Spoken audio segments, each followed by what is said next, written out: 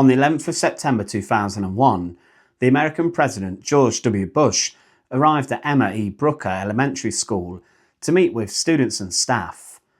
This was just a normal public engagement for the president, but it would become one of the darkest days in America's history. Bush was at the school to bring attention to his plans to reform the education system. That morning, it had been just another day. Bush had been up for an early morning jog around a beach in Longboat Key, Florida, where he'd stayed that night.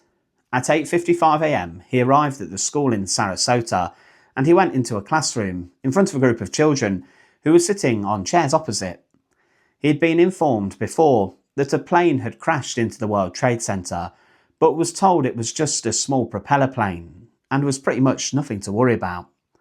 But then he began to read with the children, and the book specifically that he read was The Pet Goat by Siegfried Engelmann.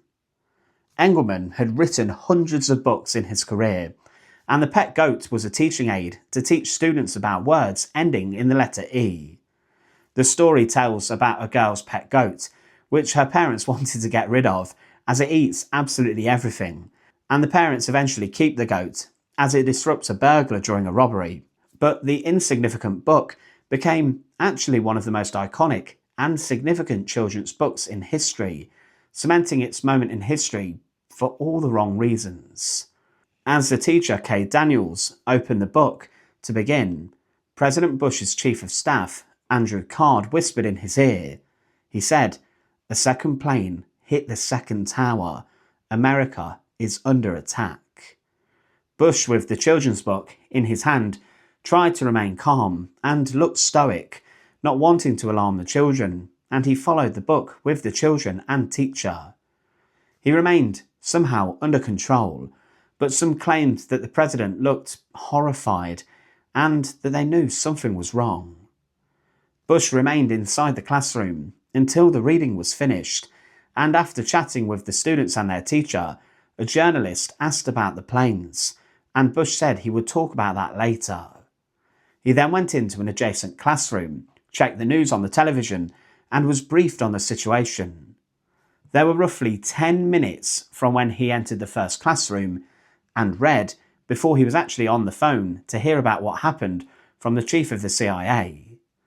At 9:29 a.m, President Bush made his first public statement about the attacks in front of 200 teachers and students at the school. He said he would be travelling back to Washington as, "Today we've had a national tragedy. 2 airplanes have crashed into the World Trade Center in an apparent terrorist attack on our country," and he then led a moment of silence. No one was alerted at the time that there were other hijacked aircraft and others that were missing. Bush left Sarasota around 9:57 on Air Force One, but the footage of him in the classroom became an iconic symbol of the terror of 9/11.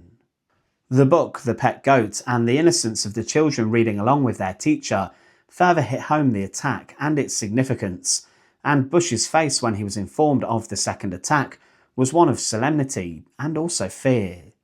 He didn't say much when it came to the reading and just sat there and followed along. President Bush later said that during a crisis it's important to set a tone and not panic, but he had milliseconds to process what he'd been informed. That the Twin Towers had been crashed into deliberately by terrorists, and that there was more horror to come. All whilst he sat there, clutching a children's story, The Pet Goat, in his hand. This has been History of the World. If you've learned something new, click subscribe.